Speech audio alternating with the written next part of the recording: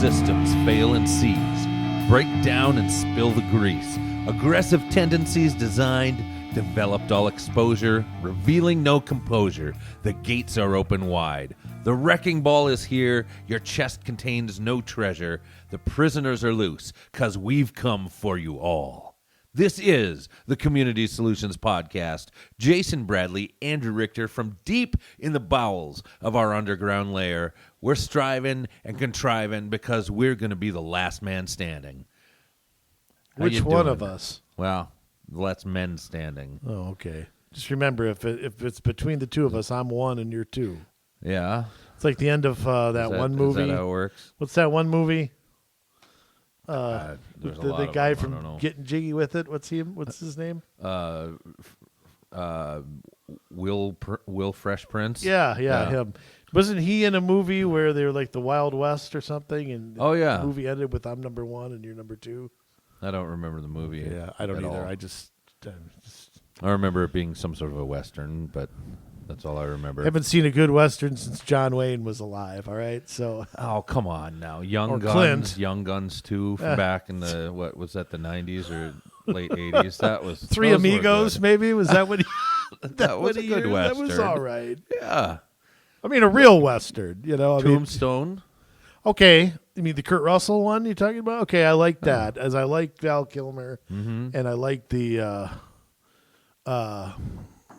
Sam Elliott. He's probably my absolute favorite. Yeah. In fact, that's how my wife got me to watch that Star movie with the Gaga lady. What? Yeah, it was a couple years ago. A Star Child? Star is Born or something like that. Yeah. She goes, well, Sam Elliott's in it. Well. Okay. Of course, he has like a bit party, somebody's brother, but I mean, it was still, she got me to see it. I love Sam. Bill Paxton was in it too, I think. I'm going to have to look at. If I remember right, Wyatt Earp had, Val Kilmer was Doc Holliday. Yeah.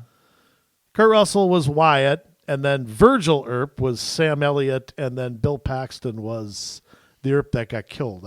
Morgan Earp. Haven't seen Young Guns in a long time. Tombstone, I saw him AMC at 3 o'clock in the morning a few months ago. Yeah, Val Kilmer, Doc Holliday. Kurt Russell was Wyatt Earp. Sam Elliott was Virgil Earp. Bill Paxton was Morgan Earp. I'm right so far. Yeah. 4. By the way, what the hell was the song? We've Come for You All from Anthrax. Anthrax. Yeah. Billy Bob Thornton was Johnny Tyler. Really? Yeah. Huh. Jason Priestley. In what movie? Tombstone. Billy Breckend. I don't know what the hell Tombstone character. you're looking at. It's the same one. Billy Zane was in it. Was he? Billy Zane from Titanic? Was he in Titanic? Wasn't he the a-hole on Titanic? I don't know.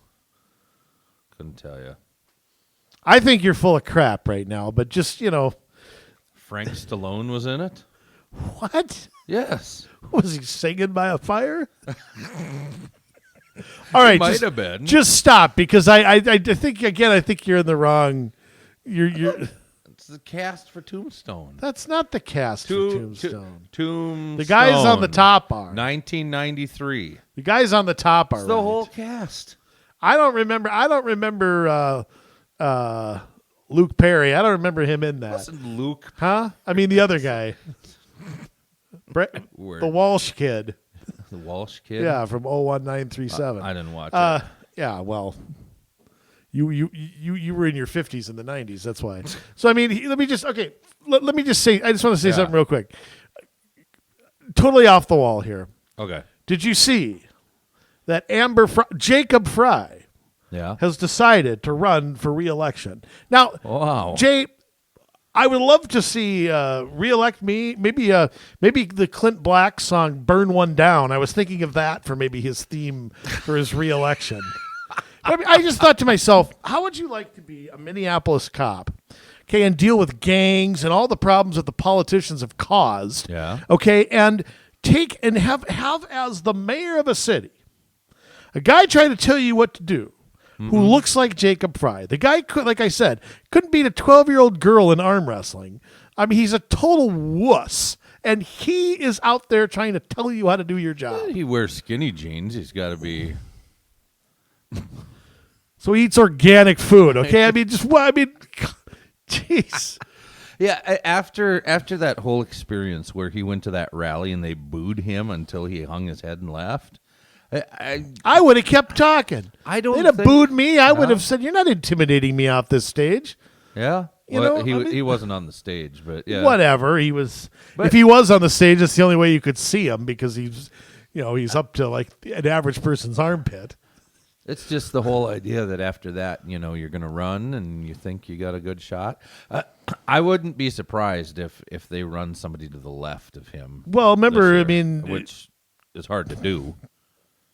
I thought that was hard with Betsy Hodges. Right. Okay, so I mean, It's got to be somebody that wants to completely get rid of the police. It'll be somebody. they'll have a champion or two. I mean, they're going to be. Might be somebody off the council.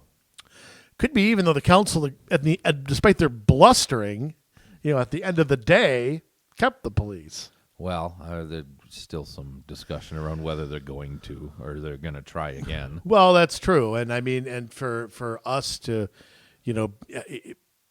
be forced as a state to protect Minneapolis when they let a bunch of police officers go, let them retire, demonize them. Screw you, Minneapolis. You've done this for yourself. You deal with it.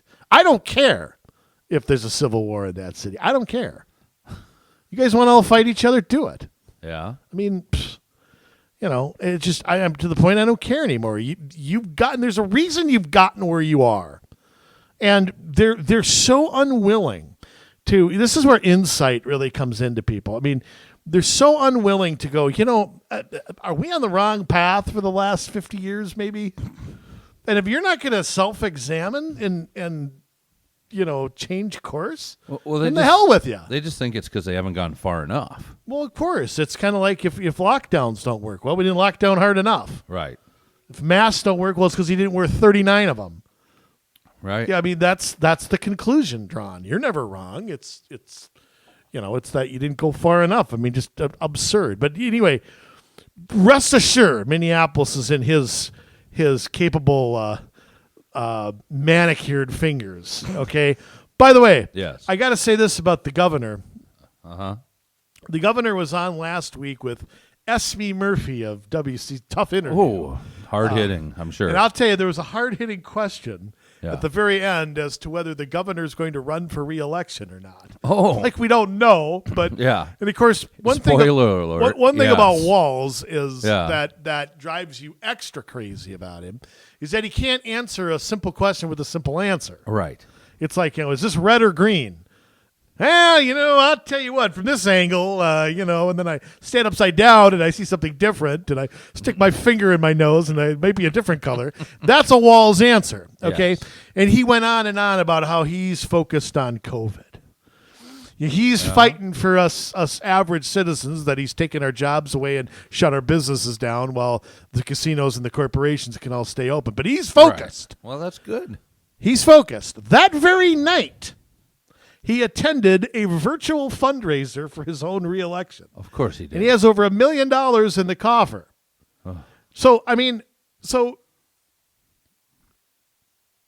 at 9 a.m, he was only focused on COVID. Right. He was only fighting for us. That ended at 4:30. Then he had to get to a fundraiser for his own reelection.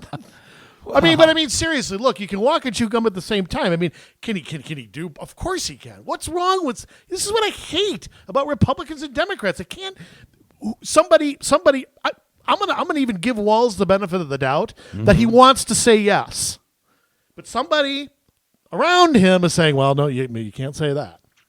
Yeah. We got to write a speech here and give you a talking point.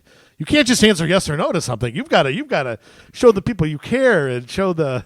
We got to figure out how you're not going to get tossed on your butt after your performance over the last 3 years. It's just you got to hold on. But that was the brainchild of some political doorknob who thinks that the worst thing you can do is tell the truth. Yes.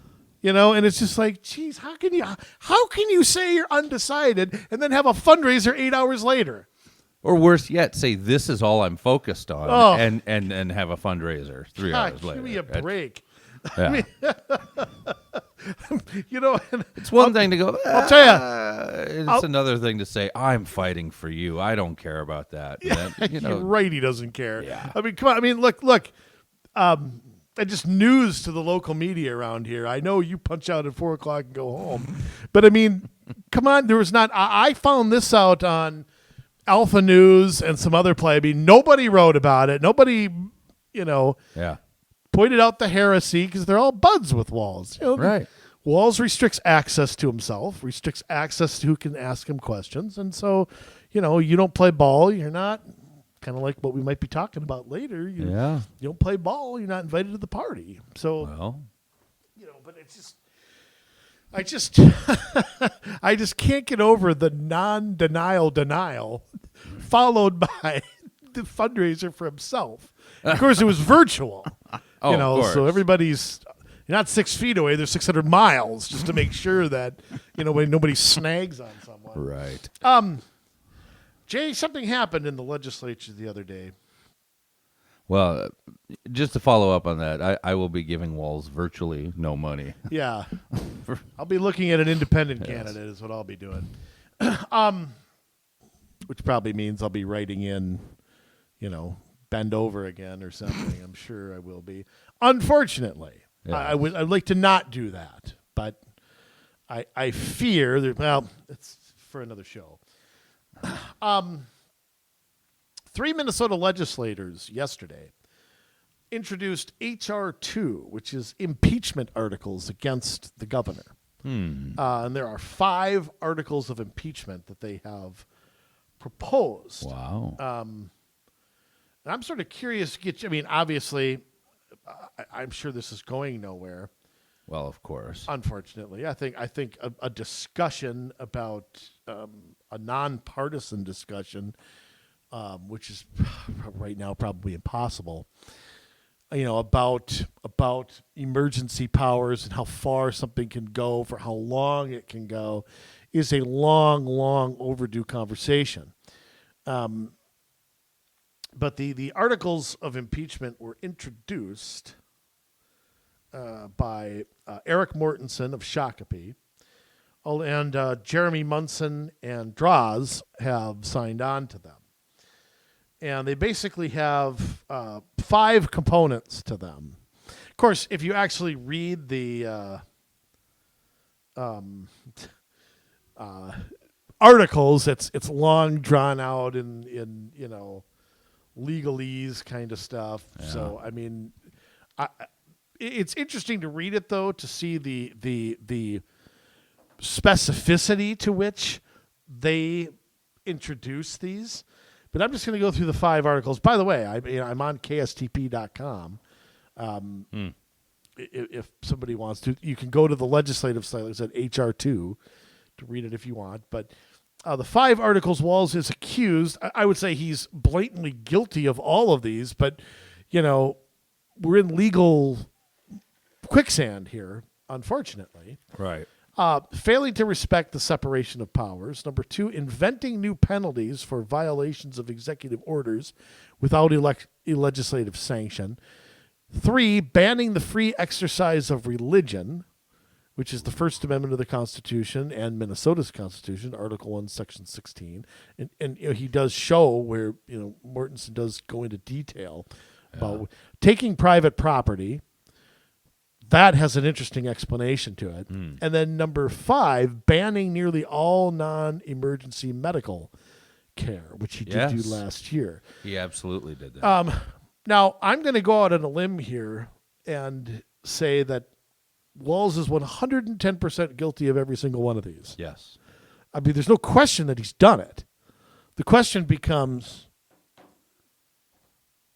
where is the line? And who's going to uphold it? I mean, if one political party is going to let their guy or their gal do whatever they want to, you have basically nullified an impeachable offense, haven't you? Yeah. I mean, look, even the people who agree with Walls would say, oh, yeah, he shut down churches, no question about it. He shut down medical procedures. I remember I couldn't go to the eye doctor, and I needed contact lenses. Yeah. I couldn't go. I mean, my eyesight's kind of essential, isn't it? I mean, they could take away my driver's license. I couldn't go to the dentist. Yeah, I know. Yeah. Obviously, he has done nothing for separation of powers. He has invented new penalties, which under the Constitution, he can't legislate that. And this is the interesting one about taking of private property. In fact, they go into this in a lot of detail in H.R. 2. I just want to touch on it for a second. The Fifth Amendment of the Constitution provides that private property to be taken for public use without just compensation.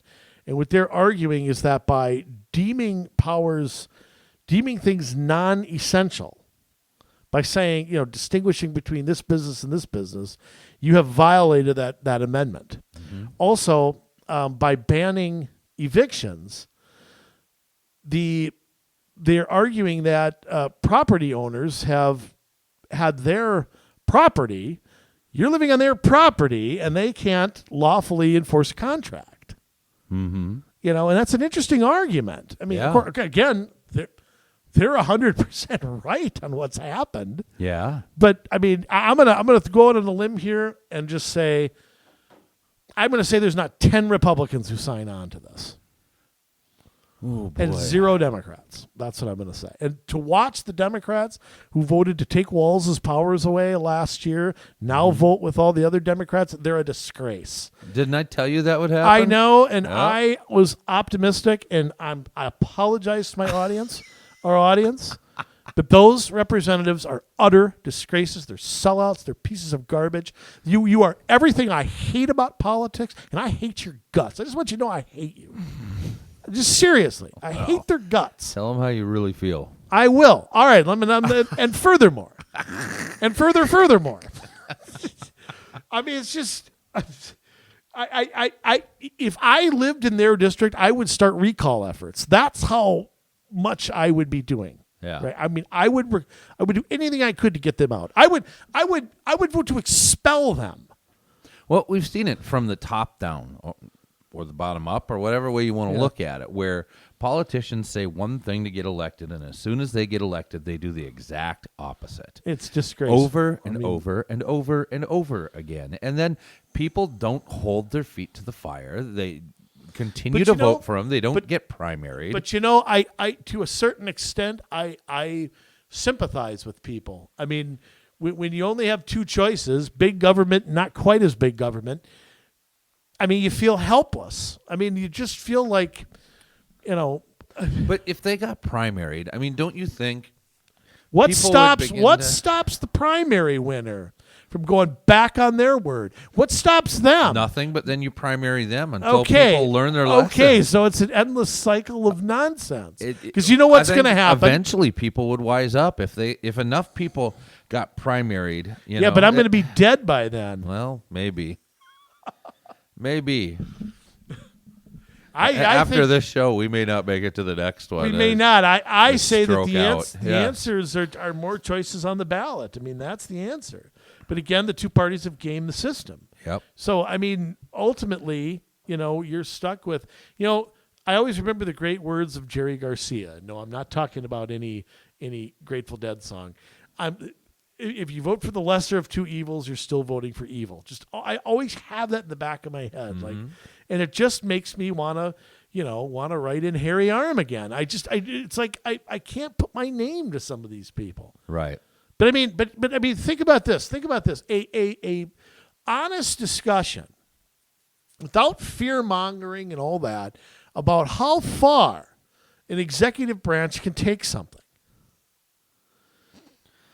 Yeah. I mean, we've gone through this in American history. Go back to World War I, and I mean, we don't have to sit here and get into detail. But I mean, the Alien and Sedition Acts and all of even the draft, you could argue, is constitutionally questionable.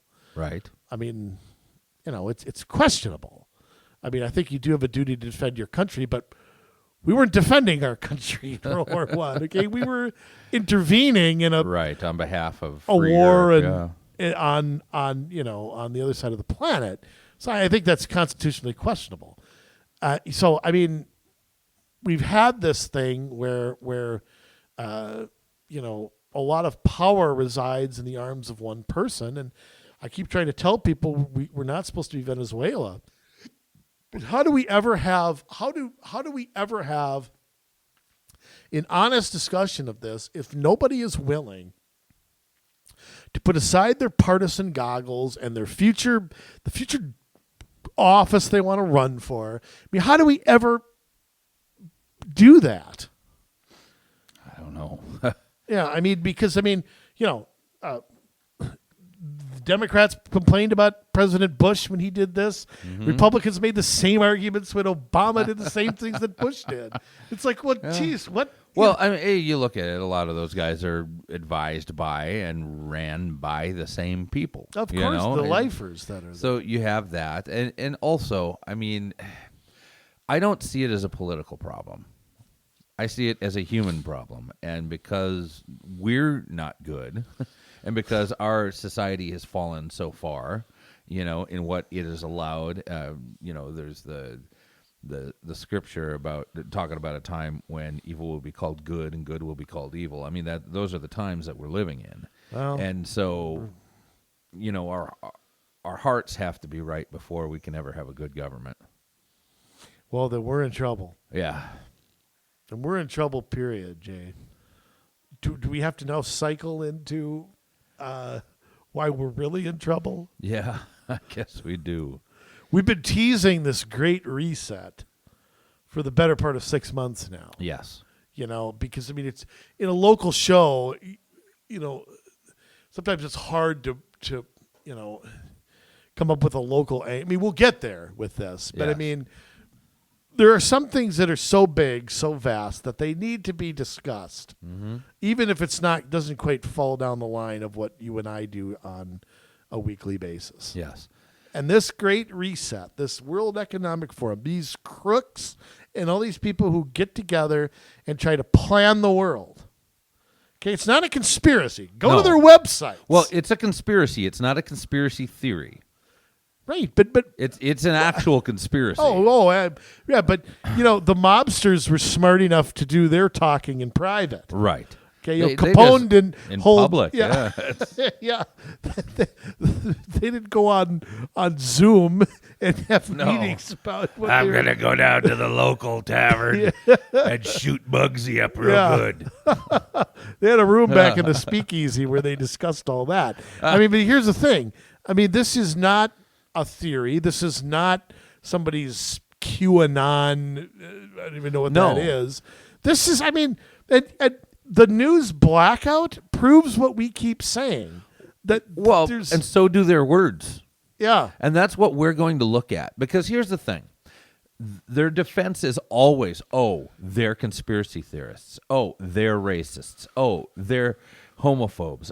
They are this, they are that. Yeah, it's always turn it around. That is, I don't understand the people on the other side that get scared off by that, and they don't do their due diligence. They don't report. They sit and cower in the corner. No, we're not going to do that. We are going to use their words. We're going to quote their very words. We're going to link to their websites. We are going to show you what is happening in their own words. Yeah, I mean, how is it a conspiracy when they get together, they go on TV, they have their own game plans, their own PDFs, their own agendas, and somehow we're the conspiracy theorists. Right, exactly. Here's the thing too. When I hear you're a racist, you're a homophobe, you're a conspiracy theorist, you know what I hear? I hear somebody who has no argument. Yeah, exactly. They have no defense. The only thing they know how to do is take that and try to marginalize you. Yeah. Here at Community Solutions, we're not afraid of that. We're not afraid of being called names, and we're not afraid. We better not be, because it happens often. Right. So call us whatever you want. You can call us conspiracy theorists. That's nothing new either. We faced that from the old mayor of Crystal, and look who's still around and who's not. So, well, whatever. That's whatever. You got to work her into the shows once in a while, because God bless them. I mean, we honestly should send them Christmas cards every year because Jay, this is off the subject, but go back 12, 13 years, if they had worked with us and embraced us and tried to find common ground with us, Not lied to us. you and I wouldn't be where we are. Okay, so quite frankly, they are founding persons of Community Solutions Minnesota. We couldn't do it without them. Absolutely. If I wasn't in a position where I didn't want to look at them ever again, we'd hang their pictures on the wall and make them honorary members. The honorary wing of the Hall of Fame. Just think, we could have their greatest hits, like all the. I mean, it's an ongoing list. It's not. We could come up with a Hall of Fame, couldn't we? All the people that we've. I'm had, with you. I don't want to look at their pictures either. Yeah. Okay, so I mean, I'm sure they don't want to look at ours, which No. is fine. So. No, I'm sure not. Okay, Jay. So this let's back up a second. I just want to say. Yeah. Before you guys change the channel, not that you would, because you guys are so good to us, and you know you guys are listening every week, and we see you going back into the old podcast. Super grateful. This is going to be a local show, and we're going to show how all this ties in locally. It's going to affect business. It's going to affect finance. It's going to affect everything.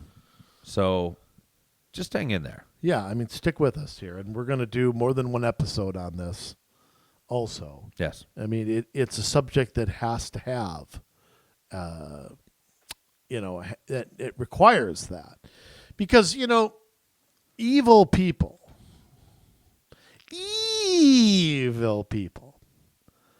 are always fond of the words, never let a crisis go to waste. Yes. And what does that mean when you're talking about government? Meaning, never use people's fear to stop you from growing your own power. Mm-hmm. And, whether that's, 9/11, whether that's, the recession back in 2008, 9, 10, whether that's, a war, whether it's an economic depression. They may not cause these things, but they take advantage of them. Yeah, I mean, I would agree with that. I think Sometimes they cause them. I think sometimes they know they're coming. Here, Yeah. can I be a real conspiracy? This is a We're going conspiracy to Gulf theory. of Tonkin? No, Oh. I always go Yeah. back to 9/11, Okay. and I remember precisely where I was that morning. Me too. The EZ gas station in Minneapolis. When I heard it, they had the radio, like elevator music, and they jumped in. And I was upset because they interrupted Dr. Laura. But, the point, I'm kidding. But 3 days later, Mm-hmm. 3 days later, with one dissenting vote, the United States government passed the Patriot Act. Now, I'm not saying we caused 9/11. I don't think we did. No. I'm not saying 9/11 was a conspiracy. What I'm saying is, how is it that the Patriot Act would not have passed on September 10th? Nope. It may not have passed a year or two after 9/11. It may not have. Yeah. But, I mean, or certainly into the 2000s, in no way it would have passed. Yet, it passed without a hearing, without a speech, without anyone even hearing about it until much, much later. So, while we didn't cause 9/11, somebody had this Patriot Act written in their dresser drawer or somewhere. Hey, that was hey, ready to go. Now's our chance to go past this with nobody looking. They didn't write that in 3 days. They didn't write it in 3 years. write It was it, a read wish it. list of law enforcement combined with, I think, parts of the military and parts of, all that surveillance and all that, courts and all that. Yeah. I mean, they had that written for a long, long time. So that's the kind of example of where, you can see plain as day that something went on there. Something had to go on there. Yes. So, I mean, how can anybody deny that goes on? Yeah. How blind do you got to be? Quite. Or just, willful ignorance. Well, You turn a blind eye and I guess so, but when they're when they think you're not looking, I mean, that's when things like this happen. So, I mean, if we go back in history, Jay, if we go way, way back, Yes. okay, we have seen the remnants of this, and by the way, global government, that's not a conspiracy either. That is a goal Yes. of many of these global elites. They want your government, they want you to have no ability. How many times have we preached that the race you can affect the most is the race that's closest to you? Yes. I mean, we've been saying that for years. Yes. Okay, the people who have all the power know that. So if they can render your city council impotent, they can do the same thing to your county. The same thing. And granted, there are counties out there that I wouldn't mind taking away some of the things they do, but not to a bunch of global. I mean, Right. Not in that direction. People have been after state governments for years. States' rights has been an issue ever since this country was founded. And that's been attacked for a long, long time. And what's happened is that one thing about government, they're not stupid. Okay? Right. And these business leaders aren't stupid either. They didn't get where they are by being dumb. Okay? Mm-hmm. They understand that they have to work together to keep their little elite system going. And this has an 100-year history Yes. of business and government getting together to try to dictate to us, control us, limit our choices, whatever you want to say. And this has gone on for a long, long time. And I mean, and then the banking industry has been a part of it. So who funds this stuff? Right. Ultimately, who does that? Who funds when Biden wants to pay everybody $1,000?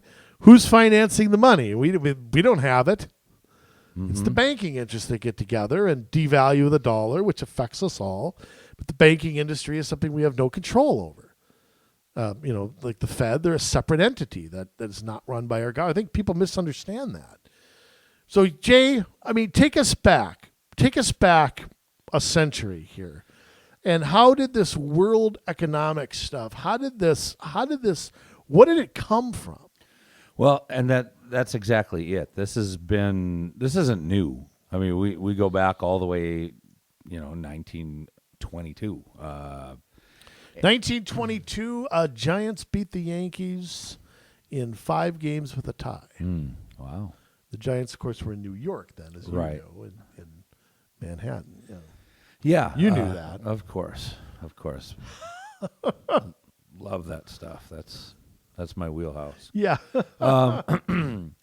So way back when, and this was back in Italy. So we're talking about Mussolini.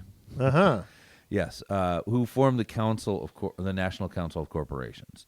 And in 1936, the National Council of Corporations met as the successor to the Chamber of Deputies as Italy's supreme legislative body. The council was composed of 823 members, 66 of whom represented the Fascist Party. The remainder comprised representatives of the employer and employee confederations. So this has its roots in fascism from way back when, before World War II. Now, Jay, let me ask. This is from Britannica, the encyclopedia people. So. Okay, but let me ask you something. Yes. Now, somebody listening to this might go, "Oh, come on, Bradley, that's a little extreme there. That this has got its roots in Mussolini." No. Yeah, I mean, No, and here's what Britannica continues to say. If it's on the internet, it has to be true. Well, this is the encyclopedia people. So, let's see. A decree created 22 corporations, each for a particular field of economic activity, and each responsible not only for the administration of labor contracts, but also for the promotion of the interests of its field in general. At the head of each corporation was a council on which employers and employees had equal representation. To coordinate the work of the corporations, Mussolini's government created a central corporative committee, which turned out in practice to be indistinguishable from the Ministry of Corporations. In 1936, the National Council of Corporations met as a successor to the Chamber of Deputies. So The system was broken Well- by the onset of World War II. Well, but you know that yeah. Mussolini is famous for making the trains run on time. That's always the saying about him. Right. So is this the beginning of this business government partnership, this public private? We're going to get together and we're going to get on the same page, Yes. and we're going to be We're- exclusive here. Yeah. It's I like mean- they're dating each other. And this is a little different than what we got going on today because you had government people, or you had corporate people that were being involved in the government. Now, the two, I believe, are you have corporate people getting involved in government. I mean, if you look at Joe Biden's administration, how many people he's got from BlackRock Investments, how many people he's got. Well, from, Delaware, they have a tax from- shelter in Delaware. from all of tax Chase shelter. Manhattan You've Bank got the and- banks. You've I mean- got the people from the tech industry that are Yeah. now sitting on his in his. Some of them don't have administration. an official position, but they Right. do have influence. Yeah. Yes.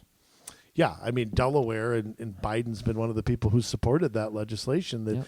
That's why so many banks are over there. They have a tax shelter over there, and the banking laws are very, very different when it comes to Delaware. I don't know all the details, but they didn't choose Delaware for Right. their mild winters or their sports teams. Or I mean, come on, there's a reason that they're there. and- Let's pick a really interesting place to be headquartered. so, Delaware's Yeah. not it. So I mean, yeah, there is continuity like that, but this also did not take long to come to the United States. Right. And of course, what did we have? We had a crisis, Mm-hmm. being the Great Depression, Right. that caused enormous growth of government. Absolutely. And so you had FDR. If you were able to copy and paste in those days, that's exactly what he did from Mussolini's National Corporation Council. Take it out, ka-chunk, put it into what we knew as the NRA. I know, not the National Rifle Association. The National Recovery Administration. Right. So, I mean, but what did that do exactly, Jay? I mean, how did that work here in the United States? I mean, how did it what's the American version of that? What did that look like? Well, there were certain businesses that were approved and others that were not approved, and you had to have a blue eagle in the window. People would then know that that was an approved business. So you Well- had, again, government in partnership with business, picking winners and losers. And you had unions involved And in it unions too. were John involved, Lewis too. from the head of one of the unions, I can't remember which, that had communists in it. Pick one, Yeah. don't they all? Well, and I mean, the occasional communist is okay, I guess, but the real, I mean, that got struck down in the court system, but that I look back at that as it may have gotten struck down, but it didn't go away. I mean, the Supreme Court comes in and makes a ruling on something. That doesn't mean it disappears. I mean, Right. you think, okay, well, that's that. Well, no. The public-private partnership business continued long after. They just simply went to the businesses instead of passing legislation. Yeah. He was with the International Union United Mine Workers of America. Oh, Lewis? Oh, Yeah. okay. All right. Well, at least I knew his name. Yes, you did. I give myself points for that. So, I mean, again, so the NRA gets struck down, but you're right. I mean, it was, if you want to call it our version of fascism, I mean, whatever label you want to put on it, it was bringing businesses into a club. It was picking winners and losers. It was handing out favors to this business or that business. And it was an attempt, I believe it was an attempt at a planned economy. And if you look at other things like the TVA, I think was a kind of a byproduct of that, where the government cornered utilities. And from that point on, you've had a public-private partnership in utilities ever since. Yeah. I mean, whether that's been electric, whether that or whatever, I mean, there's always this weird relationship between. I mean, let me ask this question: you think if XL Energy had ever had some like real competition? And I don't know how that would work. I don't know how many electrical lines you could run to somebody's house, but or it was a lot cheaper to get a generator, like your own generator or something like Right. that. I mean, the price of electricity will never go down because you have one provider, which is, again, that's an example of a public-private partnership. They're all in bed together. They're all making money. Yeah. XL, I'm sure it funnels money to this political cause or that political cause, which technically is their right, but I mean, it's also pretty corrupt. Right. I mean, if they're look, I believe in the First Amendment, Jay, but if I give $100 to a politician expecting your tax dollars in return, Yeah. that's bribery. Yes, I'm it is. sorry, it just is. If I give you $100, say I want you to protect everybody's constitutional rights, Mm-hmm. that's your motive is something different. Right. But Or even just, I agree with your stands on things, and I want to see you go fight for those things. Oh, that's- that's yeah. fine. Even if they're not constitutional, you have a right to give your money to have somebody go fight for that. I don't want to criminalize thought. it's when you expect something in return that there's a problem. All right. So how did it go forward from there? I mean, because there's so much international stuff now. Right. And at one time there was like none. Okay, so how did how did that grow? Well, after World War I, we had Woodrow Wilson that... Not your favorite. No. He was in on the League of Nations, and that was the precursor to the United Nations, and it wasn't a good organization at all. Wasn't that it isn't now? No, it's not now either. It's more viable, I guess, now. They're able to get enough funds from the United States to stay solvent. Well, it is in New York. Yes. I mean, if it rotted and fell into the ocean, nobody in New York would even notice. Yeah, I don't know. I mean, as much as I would like to see us pull out of the United Nations entirely, there is something to keep your friends close and your enemies closer. So. There is a risk to doing that. Yeah. And I mean, I know that I'm not a big fan of NATO anymore, Yeah. but there's a risk to pulling out of that. I just don't want to be dragged into wars, and I don't want to pay Right. everybody's bills. I mean, if NATO has I Mm-hmm. mean, remember that was a defensive alliance against Yeah. Soviet aggression. One could argue NATO was successful in a lot of levels. on Yeah, that. absolutely. But at the same time, the Soviet Union, to my knowledge, isn't around anymore.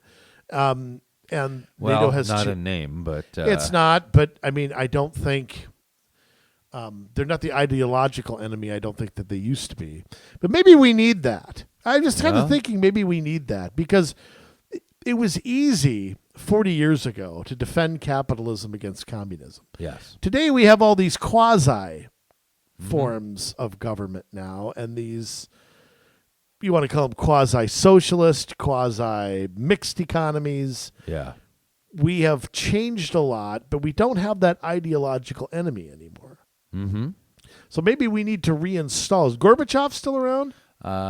Good question. I don't know if he is. I mean, he's still got that map of Africa on his head, right? Right. So, I mean, maybe we ought to put him back and just say, you dig up Brezhnev or somebody from the dead. And Although Gorbachev, I mean, he's the guy that kind of, brought everything to a close. You might have to go to right, but that's because Khrushchev or something because like that. because Gorbachev didn't understand how to lead a dictatorship. Right. A dictatorship exists in a paradox. Yes. Second, you start to liberalize, you're in trouble.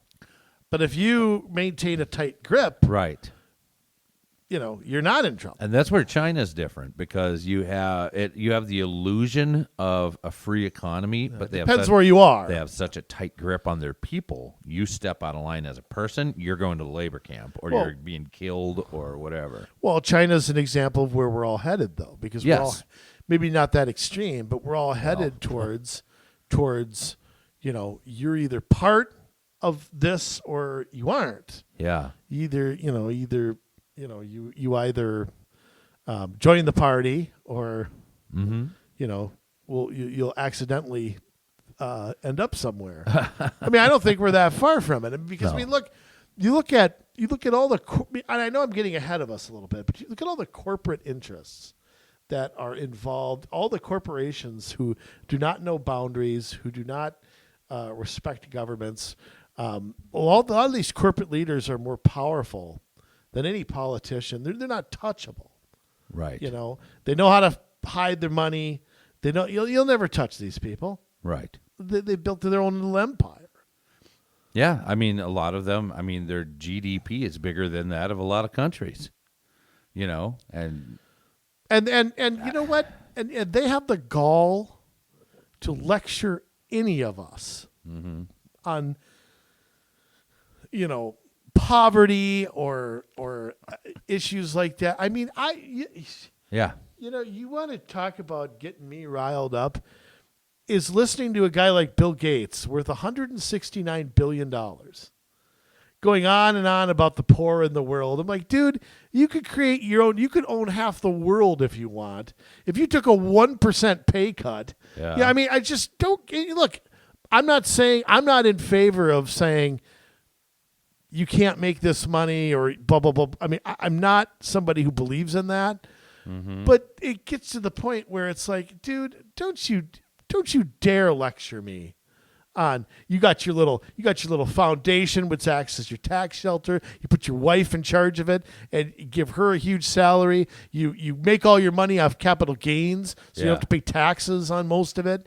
I mean, it's totally absurd. Yeah. And I mean, and all these corporate masters are all involved in all these bankers and insurance brokers. I mean, they're all involved in these world efforts to sort of direct the rest of us. Exactly. They want to bring their kind of order to the world. Right, which is them at the top. Yes. That's the order. That is the It order. starts with them. It's a pecking order. Yeah. Yes. They're the wolves that get to eat as much as they want to, and whatever's left, the part that went over the fence last, that's what's all left for us. Okay. Yeah. Well, and you brought up, the corporations, the partners that are involved in this. But start with the World Economic Forum. I Okay. mean, that began when, Jay? I mean, the 70s, 60s. Yeah, something like that. I could say find an 71. exact I date. read. Yeah, that's probably pretty close. I mean, what's it there to do? I mean, what do they do? What's the World Economic Forum? Is that where they all get together and plot out the next century or something like that? Or, I mean, it sounds funny because when you look at all the countries and cultures and economies, it's like, I don't understand how that could be done. Right. But it's take the same principles, and if it takes one country 5 years and one country 100, so what? Right. They're fine with incrementally doing it. They are. And you're right. The World Economic Forum did start back in 1971, founded by Klaus Schwab. Got to be a German, right? Klaus Schwab. Yes. Yes. And so the World Economic Forum, and I'm reading from their website, weforum.org, says, our mission, the World Economic Forum. The World Economic Forum is the international organization for public-private cooperation. So what they're saying there is this is the organization where business and government get together to cooperate. The forum engages in the foremost political, business, cultural, and other leaders of society to shape global, regional, and industry agendas. That sounds creepy. Yeah, no kidding. It was established in 1971 as a not-for-profit foundation and is headquartered in Geneva, Switzerland. So the head where all the bankers are. Yes. It is independent, impartial, and not tied to any special interests, or all of them. Yeah. Either way. Talk about a belly laugh. Yeah.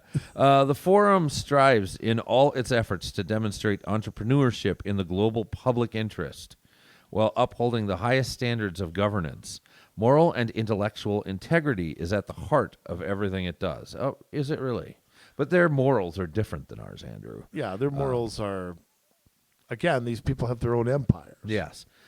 Our activities are shaped by a unique institutional culture founded on the stakeholder theory, which asserts that an organization is accountable to all parts of society. The institution carefully blends and balances the best of many kinds of organizations from both the public and private sectors, international organizations, and academic institutions. We believe that progress happens by bringing together people from all walks of life who have the drive and the influence to make positive change. Oh, that's just peachy. Yeah. So what that is saying is that, you and me, we don't have the influence to make positive change, so we're not included. But you have, Willie the shoemaker, he's not included. Jim's bait shop, that's not included. No, you have the heads of people that can make influence, whether that is Apple or whether that is AARP. Pick your whether that is- multinational. yeah, all sorts of things, and so they come together, and their agenda then is for this stakeholder capitalism, which is kind of what we see in China, and it is a fascist thing. It's the same thing that we see from back in the 1920s, 30s.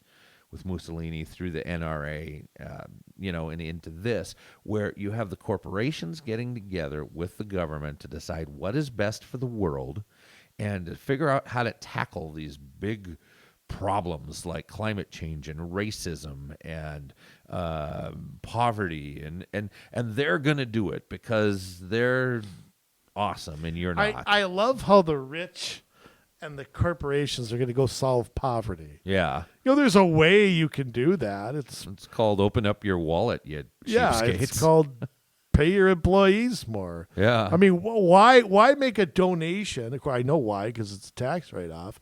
But if you're really concerned about this, why not say, you know what, we don't care what the minimum wage is. We don't care. We're going to set our own minimum wage here. Yes. We're going to give that opportunity to people and let them make their own opportunity. But what this is this controlled effort, in my opinion, to keep people where they are. Mm-hmm. They don't want success. Success threatens them. Right. When you have the people who are in control like this, making the rules will always benefit the people in control. Well, of course it will. I mean, who else is it going to benefit? I mean, you think about it. I mean, like I said about dictators. Yeah. The dictator's always in trouble when they're inclusive and all those wonderful words that the soccer moms all love. But I mean, I want to go back to this Klaus von Schwabenstein. Klaus von Earschwab. Yeah. Listen to these quotes. I mean, this is the reset of the global economy. Every country from the United States to China must participate. Must. And every industry, from oil and gas to tech, must be transformed. Transformed. Every industry must be transformed in every country.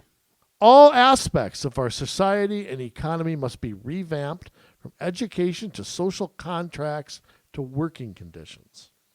Joining Schwab was Prince Charles. Oh. Prince Charles, who had, and what is Prince Charles's claim to fame? Where's he punched in at a job before? I mean, come on. Claim to fame was screwing things up with Princess Diana. His claim to fame is he was born into aristocracy. Okay. We have a golden opportunity to seize something good from this crisis. Look, he's saying it. Its unprecedented shockwaves may well make people be receptive to big visions of change. That's Prince Charles saying it out in the open. Yes. It is an opportunity we've never had before and may never have again. What does that tell you about the motives behind this? Absolutely. All right, never have a crisis this good, boys. Strike while the iron's hot. They're sitting around the table while they're, whatever they do, playing cribbage, going, hey, we don't do this now. We're going to miss our opportunity. Mm-hmm. So, I mean, they're saying it. They've The been planning threat. this. So here's some more Prince Charles. Okay. The threat of climate change. What does that have to do with COVID? The threat of Oh, climate it's everything. change. Whatever they can get advantage of. COVID, climate change, Racism. Yeah. But it's devastating reality for many people around the world, and its ever greater potential to disrupt surpasses even that of COVID. So climate change still number one. I mean, I shouldn't laugh about it, but I mean, and think how much this country has moved. Yeah. You think about how much 30 years ago, if we tried to mail payments out to people, okay, I mean, no way that would have gone through. No. Left or right, it would have never gone. You mentioned President Reagan thinking about what Biden's thinking about. I mean, I always think of the first time we had $1 trillion budget, 1986. Yeah. You know, and we always spent $1 trillion. He's proposing a $2 trillion bill now. Yeah. I mean, it's amazing. I mean, how. Well, they're just printing it. I mean, back then, money used to mean something. Now, we're all going to end up in a digital currency sooner or later, anyways. So Now stop saying that. That's you're driving me nuts every time you say that. I like paper. My I paper do money, too. as long as it's worth something. I do too. And I like my coins. Yep. You're depressing me when you say that, Jay. How do you go to a digital currency? I mean, how do you do that anyway? Well, everything's online. You know, it's just numbers. Numbers on a website. Numbers in some computer program. Hacker Central is what I would call it. Yeah. Of course, these people all have access to it. I'm Right. sure, They're probably the you know, hackers. World Bank or whoever else. Yeah. And, you know, so Jay, why don't Yes. we? So what's going on right now? They just had a meeting a couple weeks ago. Yep. What are they planning to do specifically here for the next foreseeable future? I mean, what is the ultimate goal? Maybe not in specifics, but I mean, what is the ultimate goal? Is it to get this new capitalism everywhere? Is it to kill small businesses? Is it to have global government? Is it to, have that blue eagle in the door? I mean, what's the end game here? Yes.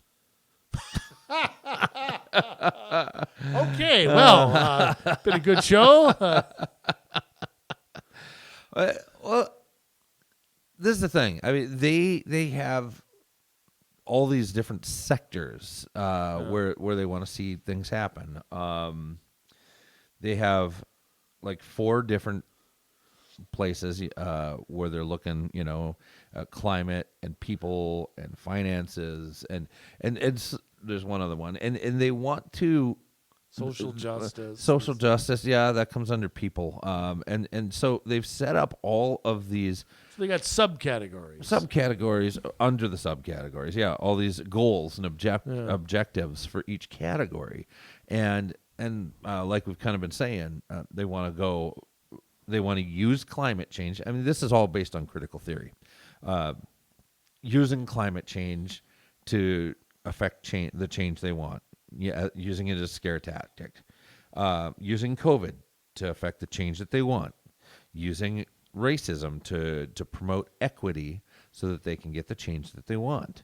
But what's the change they want in equity? I mean, again, if you want equity, these corporate giants have a lot to do with that. Absolutely. These governments have a lot to do with that.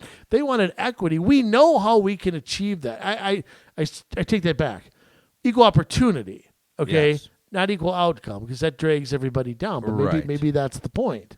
But that's what they want. They want to keep everybody, It's kind of like looking at a baseball team, and you got one guy batting 300, one guy batting 200. Well, let's everybody bat 250. Right. Yeah. Well, and that's kind of it. Here's an example of one thing. This is from the Atlanta Journal, the AGC. Atlanta Urinal Constipation? Yes. Atlanta Journal Constitution. Yeah. Yes. Constitution. Yes. Matt Kempner is the author. Coke, this is Coca-Cola. Coke, who is part of the Great Reset and the World Economic Forum, by the way. Coke sets diversity targets, financial penalties for outside lawyers. This just happened. This came out on January 28th, directly after the meeting at Davos, which is where they all meet for the World Economic Forum. Coca-Cola said it will require diversity among law firms who bill it for work in the United States and reduce payments if they don't comply. So wait a minute. So they hire. Now, bill them means Coke hired them. Coke hired them to represent them for legal in matters. whatever. Yeah, Okay. legal matters. Yeah. And that's a big thing in a corporation that big. That Yes. doesn't necessarily mean they're getting sued. Right. And then they're going to refuse to pay if. They're going to reduce the pay. Yeah. So they're going to violate their own contracts if Yep. they don't. If the law firms don't do what? If their workforce isn't diverse enough. Are we just talking race? We're talking women. Are we talking Says people over 100? I mean, quite simply, we are no longer interested in discussing motivations, programs, or excuses for little to no progress. It's the results that we are demanding and we will measure going forward. They are going to require that these firms that do business with them as legal representation, they're going to have to actually give reports to Coca-Cola on a regular basis, stating those aren't what- free to make and produce, by the way. Yeah. No. Let's see. It's going to require quarterly reporting about the makeup of legal teams that do work for it and self-identify as American Indian, Alaska Native, Asian, Black, women, Hispanic, Latinx, LGBTQ plus. Yeah, they hate that. Latina, Latino. Instead of saying that, they just make a gender inclusive term. Oh, I Latinx. see. So that includes all the chicas who want to be chicos and all the muchachos who want to be muchachas. No, just The ones that are confused. No, they just don't want to make it male or female anymore, so they're just all Latinx. Oh, for crying out! Yeah, they don't like that. Native Hawaiian, Pacific Islander, or Native Hawaiian? or persons with disabilities. Oh, okay. Yeah. Now, isn't there a cart before the horse that if you want to be a lawyer, okay, you kind of have to graduate high school, then you kind of have to graduate college, then you have to graduate law school, then you have to pass a bar exam. Yes. Okay, there's, not everybody can do that. No, but they think they can because they're saying for those working on new matters for Coke, at least 30% of each of build, at least 30% of each of build associate and partner time will be from diverse attorneys, and such amounts, at least half will be from black attorneys. Half? I think half of the 30% is what I'm thinking they mean there. Okay. So they're basing that on the U.S. population. Oh, so we're all just entitled to be lawyers. Yes. If 10% of the population is, X, then 10% have to be. Yeah. Yes. Well, that's wow. So that's one such way. So that's kind of maybe their marching orders from Davos there. I mean, Yes. obviously that was written pre that, but I mean, this is how we're gonna, and they're just the first of many companies to speak out because, as they say in the article, many Fortune 500 companies said that they're going to take diversity much more seriously this year because of the Black Lives Matter protests. Well, again, I mean, if you want to do that, there are ways to help minorities. There are ways to help people who are down. There are ways to help people who need it. But it's funny. We've been, quote unquote, doing things like this for how long now, and none of it has really had an effect. I go back to nothing is going to change until the nuclear family comes back. Yeah. Nothing's going to change until we have a stable home, a mother and father. They don't have to be married. I mean, let's just be honest here. Divorced parents can be great parents too. It's true.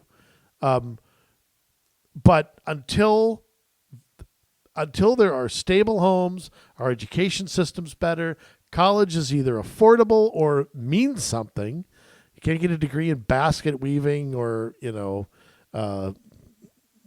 knitting softballs. I mean, until that changes, you are not going to fundamentally transform anything because those skills aren't taught. They're not attainable for too many people. And you got half the kids, African American, who are dropping out of high school in places like Minneapolis. They're falling behind because of COVID. COVID has had the opposite effect because many places won't allow schools and things to reopen. So you could set these goals all you want. I want to know how many firms right now could live up to that. And by the way, it is insulting, in my opinion, to minorities because minorities are going to get hired just because of stuff like this. Yes. And that's so insulting to them. You know what? If you've gone to college and you got a law degree and you passed the bar, you are an exceptional individual. Yes. You know what I mean? Doesn't matter what color you are. Yeah, and you should go on the merits that you have earned and not be some statistic for the World Economic Forum. Yeah. Now, how many, one thing we might have to research now is how many companies are going to come up with statements like this. Because if you go to the World Economic Forum page, okay, and see all of their quote-unquote partners, you're going to see major corporations in all sectors from the energy to insurance to banking to manufacturing to whatever. I mean, you see all sectors involved in this. Healthcare. This thing could eat the world alive. Yeah. And while most people are running around worried about their jobs, worried about their mortgage payments, worried about getting sick, or maybe mourning somebody who was, these people go plot world domination, Jay. And it's their own words, okay? You want to look it up? Okay? That was from The Hill, what I wrote. The Hill is no right-wing QAnon publication, okay? What we said about Schwab and Volkswagen Volkswagen and Prince Charles, that was all their words. I mean, we're not making it up. And by the way, Jay, you sent me an interesting link here. We talked about making this local. That interesting link you said about how life could change in 2030. Yes. 2030 is 9 years from now. Yeah. Okay? Imagine. No, not the Beatles song. Imagine, or is that just Lennon just by John himself? Lennon by himself, yeah. Aren't you? I mean, I knew that. I was pretty good. Welcome to my city. This is from World Economic Forum. WeForum.org.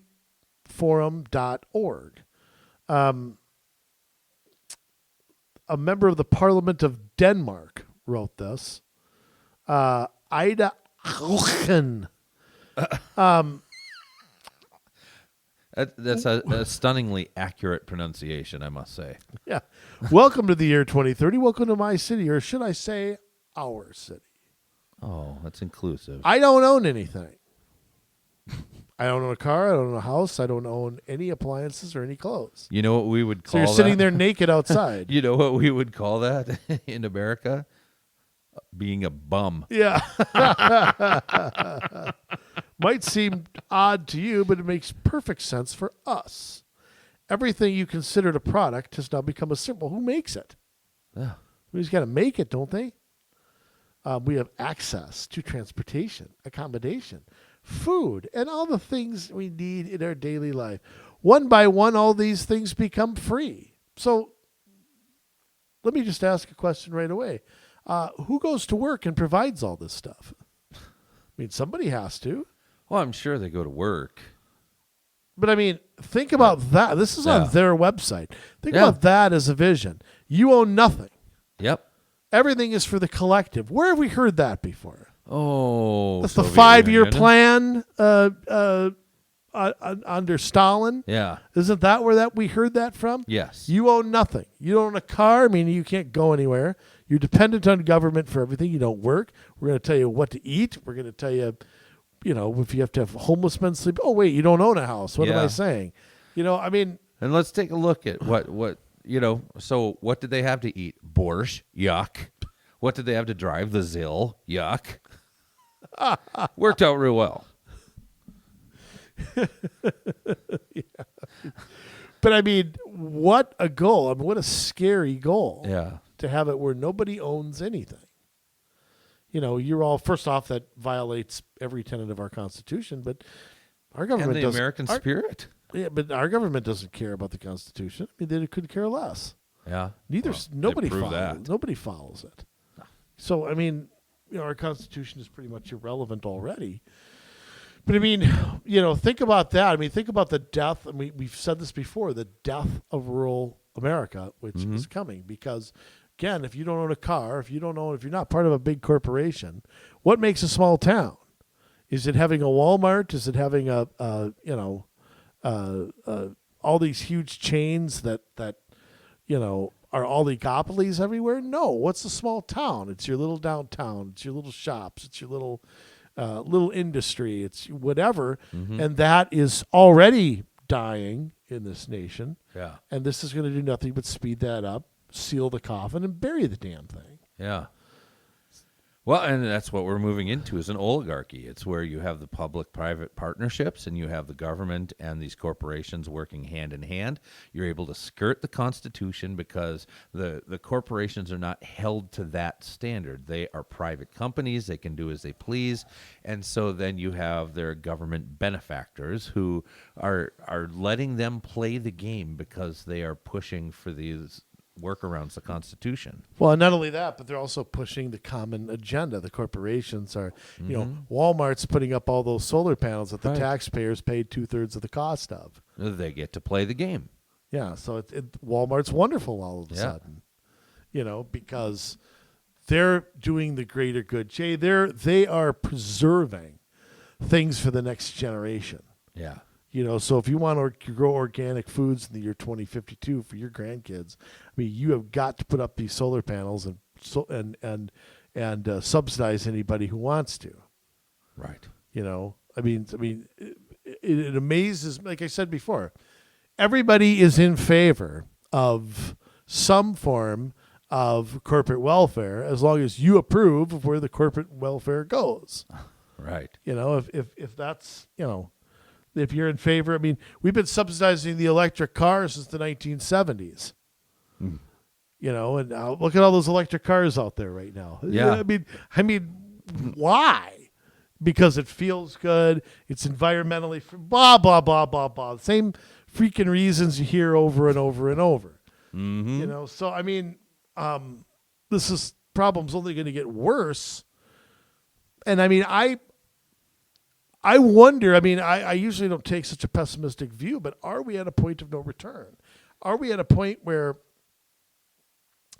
the government is so big, so vast, it's in every nook and cranny of our lives. The world is so small today with technology and with things like that.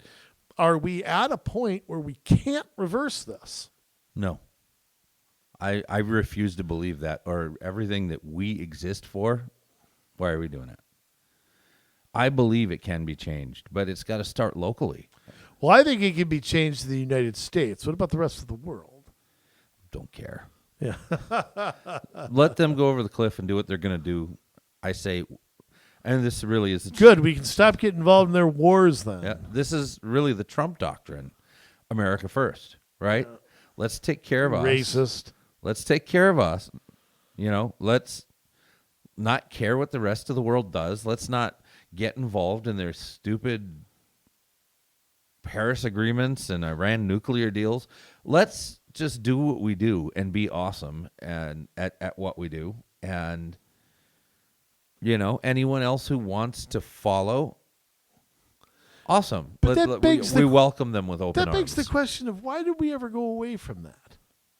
Because power corrupts. Yeah. And absolute power corrupts, absolutely. And that is what you have all these lifelong politicians. What the average age of Congress is like 175. Well, you're dating them it's- all. You tell me. Really? Well, I would guess the average age, I mean, when you factor in everybody, Yeah. especially in the Senate, is probably past retirement age. Yeah. But here you have a group of people that can't put power down. I mean, like George Washington served 2 terms, didn't really even want to serve the second one. As soon as the second one was done, he's like, I'm done. I'm not serving again. I'm going to go retire. I'm going to go to Mount Vernon. It's going to be pretty sweet. Unfortunately, he didn't have a very long retirement. before No, he passed didn't. away. But you don't see that. You have all of these old men and women up at Capitol Hill. Can you imagine? Because George Washington, if he wanted to be king, he could have been. Could have been. They wanted And him to be. They asked him to be. Think of somebody from that era, too, Yeah. saying no to that. You're talking about an era of dictatorships, aristocracies all around the world. But yet we gathered the largest group of people morally opposed to that. I mean, it had to be God orchestrating that and putting it together, because at the same time you had George Washington, John Adams, Thomas Jefferson, James Madison. You had all Hamilton. of these, well, to a lesser degree, but Well, he Yes. had a lot to do with the Federalist Papers. he and things did. Like that. He was in favor of the Stronger national bank government, and, too, yeah. yeah. Not the bank. I don't think he'd have approved of the Federal Reserve, but you're right. He set the precedent for, and I believe he coerced Washington into agreeing with it. But yeah. that aside, I mean, you're right. There is. Why is it so taboo to believe in American exceptionalism? I mean, there was a time where that was, I would argue, in my lifetime, where that was In the 80s. unquestioned. It was us versus the Soviet Union, and we were better. Yeah, but I mean, it was unquestioned. Why is that now No. seen as like taboo? It is, though. Yeah.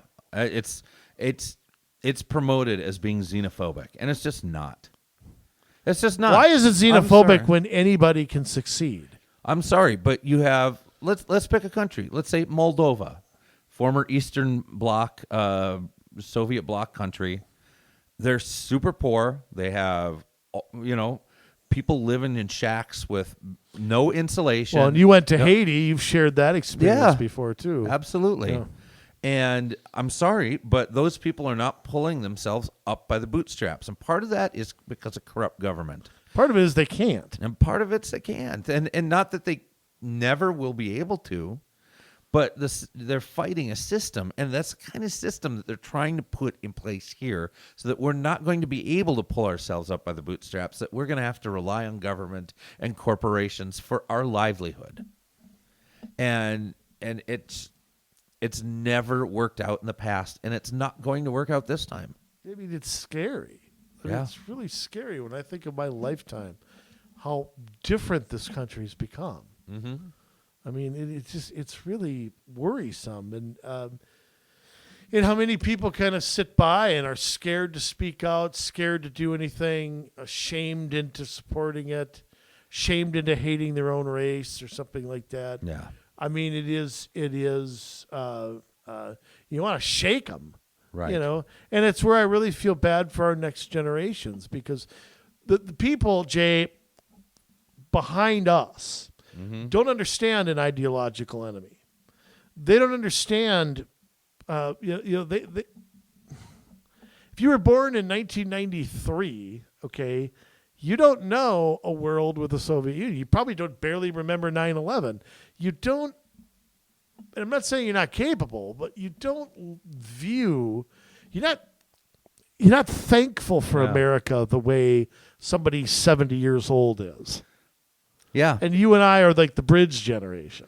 And 9/11 was probably the last time it was acceptable to have an us versus them mentality. Yeah, it is. Absolutely. And that didn't last too long before No. that became politically incorrect. Absolutely. We had to go out of our way to praise Muslims and all this crap. I mean, it was like, nobody praises us. I mean, it's, sorry, but Yeah. I mean, I don't owe political correctness to any group No of people. And it's not being xenophobic. It's not hating other people. It's recognizing the good in us and the abilities within us and doing the best that we can do to make the world a better place. And if Moldova starts to do that, then amen. But we'll be there to praise them right along with what we do here. And where else you see this really bad is in Africa. Mm-hmm. Africa is a place with, I think, untapped potential. Yes. There's untapped potential there. Mm-hmm. And yet, what have we done with Africa? We've turned it into a giant welfare state. And a lot of that is corrupt government. I mean, Exactly. I have a lot of friends from Democratic Republic of Congo, and just as a part of our church, we have a French-speaking service, and so I know a lot of people from that part of the world, and they will be the first ones to tell you that their government is super corrupt and doesn't allow for entrepreneurship and success the same way that they do here. And they love to have the opportunities that they get when they come here. Yeah, they wish they could take them back to their own country is what they really wish. Yeah. I'm sure they miss their country. Yeah. I mean, I would. If I were in another country, I'd miss my family, friends, heritage. Well, maybe not if you're from Canada. Well, I mean, Yes. why did they come to the United States? They came there because they didn't have the opportunity and all that and the freedom that they do here. They didn't have it in their own country. Then if we're ever going to help Africa, we have to give them democracy and capitalism, or don't bother. Yeah. They don't bother. What's the point of throwing money at something that's broken? Exactly. Money does not fix everything. It can be a good tool once you get the rest of it, the foundation set, but when it just makes bad things worse. And it makes good things gooder, but it makes bad things worse. It makes them worser. And worser. Oh, I love it. Yeah. Jay, we will continue this subject next week, and we are marching towards episode 200. Yes, we are. Which is coming very, very soon. We will spill the beans next week on what we're going to do for episode 200. I guarantee you'll like it, folks. Just trust me. Because, it's one thing, going 200 episodes doesn't sound like a lot, I think, to a lot of people. I did 209 episodes of TV and 200 episodes here. Let me tell you something. It's a lot of work. It is. It's a lot. It's very rewarding. It's a lot of fun. Mm-hmm. But I'm telling you, it's party time. Well, I mean, it's about, 3 hours from the time I get here, set up the equipment. We talk about the show. We record. We hit stop. I put everything away. I go home. Then I take and take the audio and I edit it and put it all together in a nice package and do the write-ups. And I launch it. By the whole time it's all done, it's a good 6 hours. Yeah. So I mean, there's a lot that goes into this, I'll tell you, and it's been rewarding for the both of us. Mm-hmm. And we're going to continue on this economic forum thing with some more specific stuff next week. This is a 10,000-foot view. Yeah. And then episode 200, Jay. Right. And just think, I'm not even going to hit you with history lesson until episode 201. Oh boy, we're going to start off the next 100 with that. Wait, huh? but just remember something. Yes. Think of the dates that we'll be doing that on. And that will give you go study. You go do something. 'Cause I could ask anything. Right. And you go study world history from those or whatever. Okay. And I mean, I made the last one palatable. Yeah. Okay, so I will do that. You did fine. I might do that again. We'll see. All right. I know it's that time that we're all waiting for. Community Solutions once again presents the King of Sting, the Roddy of Piper, the Rick of Flair, the Suffering of Succotash. The man that the women love, the men want to be. Somebody who is the only man I trust with two first names. Once again, with the sign-off sermon. Jet flying, limousine riding, wheeling and dealing son of a gun. We give you Jason Bradley. Thank you. Include my middle name? I have 3 first names. I suppose most people have 2 What's first your names. middle name? Roland. Roland? Roland. Yes. Jason R. Bradley. Yes. I hate it. We're just gonna keep it. We're just gonna keep it the way it was. Wow. That was my grandpa's first name. I was inherited gonna- that. I don't like the R. Okay, R has been taken. Let me just ask this question. Yes. I would have guessed a different. I would have guessed John for middle name. A little alliteration, huh? Yeah, I don't know why. You look like a Jason John. You got a John in your family? My dad. Oh, well, what do you think my middle name is? Bozo. The clown. Lewis. No. It'd be James after my James, father. So we're both in that category. Very nice. Jay, enlighten us with the sign-off, sir.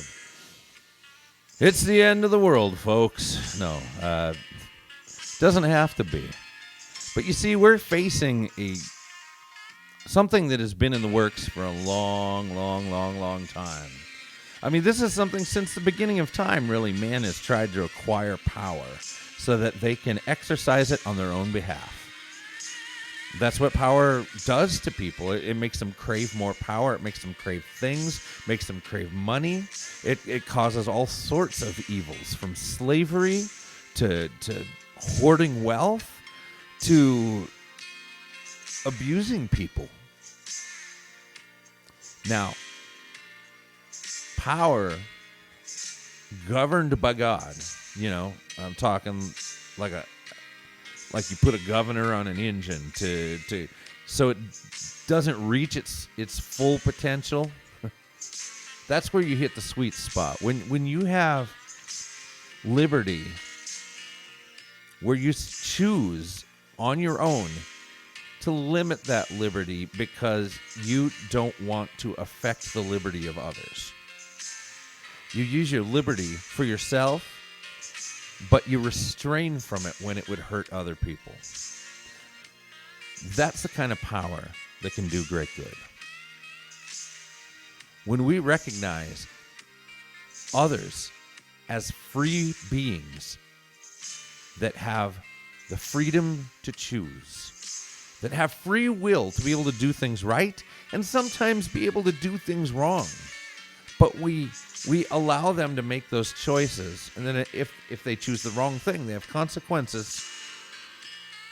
But we don't force people to do things, because that's only going to end up in rebellion. That is only going to end up in people rising up and violence, and we can't have that. We can't have what happened on December 6th or January 6th. We can't have what happened back in July, in June, with the riots. We can't have Chaz. We can't have what's going on in Portland. We can't have those things. We can't have all of the murders and things that are going on in Chicago, and a teachers union that has until now refused to even come to the table to talk about putting kids back in school despite the increase in child depression and child suicide. But again, power. These people are powerful, and they're not going to go back till they're ready to go back. We have to begin to look at other people first. We have to begin to talk about what is good. And now, I'm not a guy that is like, oh, we must do this for the greater good, because that is often used to get people into a situation where they give up their freedom, the freedom they should hold on to. No, but we're talking about serving other people, being the greatest servant yourself personally, making choices yourself personally. See, this is where, like, they take taxes from person A to give to person B, and they call that generosity. No, it is the choice of the individual to give that money that makes it special. Otherwise, it's just theft. Nobody made that choice. So here we are, faced on the edge of a precipice. And we're looking over, and it doesn't look very good. That drop is a long ways down, and it looks like there's no safe landing. Like we'd be dashed upon the rocks. And that's the end, my friend. But we got one other way. That's to stand our ground, to push forward, and to take ground each step that we take, standing for liberty and standing in the way of oppression, standing in the way of oligarchs, standing in the way of these private, public-private partnerships, standing in the way of those who would abuse power in order to enrich themselves. It's down to us. It's game time. Because if we lose this battle, it's all done. It's all done but the chocolate pudding. And you know what? I'm not ready for chocolate pudding. I am ready to stand and fight. I am ready to train up anybody that is willing to put themselves on the playing field, to get into a advisory commission, to run for office, to start a podcast, to start an activist group. I'm ready to do my part that I was raised up to do. And I hope you're ready to do the thing that you were given to do. Because we're all parts of one body. We all have a job to do. And if one part says, you know what, I'm going to play when I want to, I'm taking this play off, it hurts the movement. But we can't afford to do that. We can't afford to take a play off. We can't afford to sit back and watch Fox News or Newsmax and yell at the TV and throw popcorn. We can't afford to just comment online and like stuff. There has to be action to follow it. We're in a serious place where people with billions of dollars are giving away their billions of dollars in order to see the end of this game through. But we can always fight the money. Money's just money. And if the opportunity isn't seized from that money, it's just wasted money. So how do we do that? It's by standing. It's by saying no. That's really it. You have a two-letter word. It is one of the most powerful words in the English language. No. No, I'm not going to do that. No, I am not going to shut down my businesses. No, I am not going to hand over my firearms. No, I am not going to hire somebody because of what they are instead of who they are.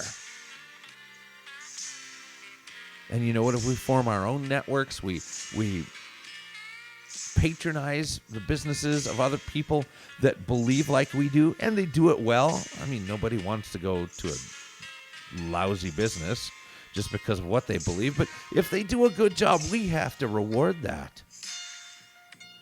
So it's time. It is time. Because if we let this opportunity go by us, that's it. We're done. That is it, and America will never come back.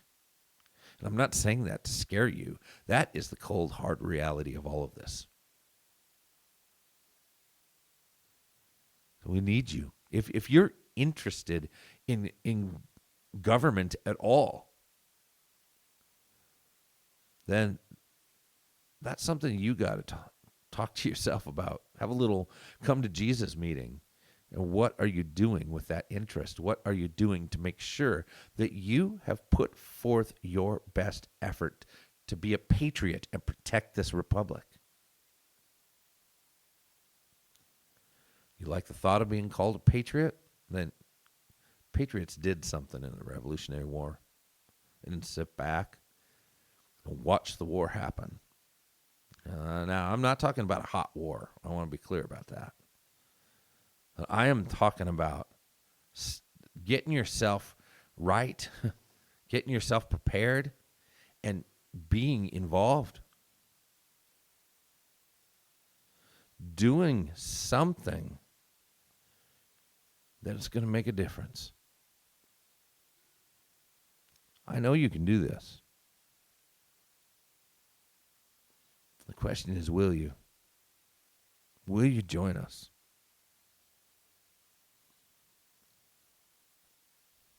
I want you to. We want you to. If you're in, get a hold of us, commsolutionsmn@gmail.com. That's commsolutionsmn@gmail.com. We need 20,000 of you across the state of Minnesota. We need about 9,000 of you here in the metro alone. But we can do this. We can do this. We can fill up these advisory commissions. We can fill up these city councils, county boards, school boards. Heck, I've got some ideas rattling around in my head right now that could change the game for education. But I got to know who my partners are. Who's able to take this ball and run with it? Because that's not my part in this. Mine, I got the plan. I got the blueprint. Now who's going to take it and run with it? Because we got to get our kids. If we can't get control of the school boards, and I think, no matter what, we got to keep trying.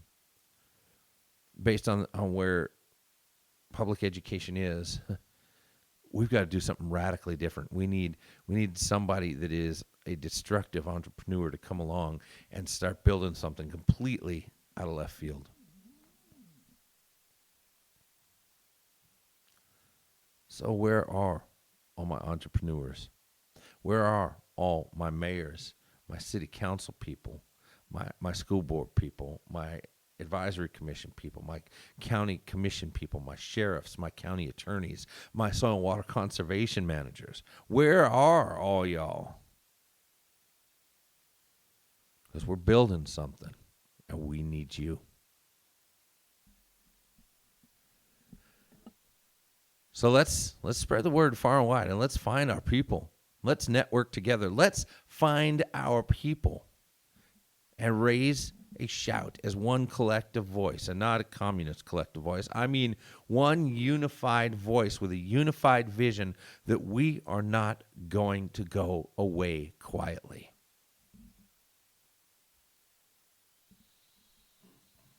That's it. That's where we start. So who's with me? You let us know. And it will be on. Let me tell you what. Because we love you, Minnesota. But now it's your turn to get to